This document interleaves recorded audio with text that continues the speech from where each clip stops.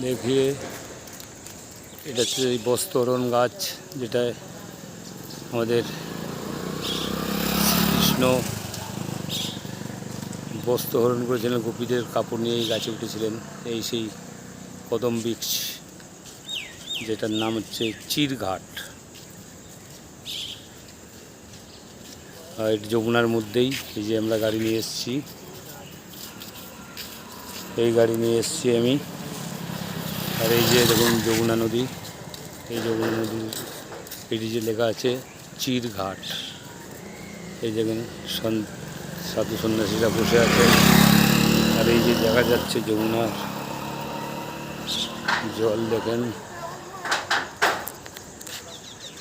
এই যে যমুনা, যমুনা নদী।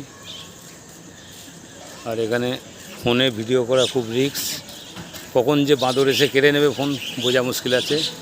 যাক, তার মধ্যে একটু ছোট করে করলাম।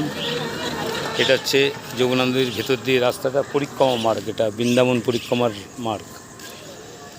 এই হচ্ছে সেই চিরঘাট, মানে এই যে এই গাছ বস্ত্রহরণ গাছ বলা হয়, যে এখনও কাপড় ঝুলছে দেখেন।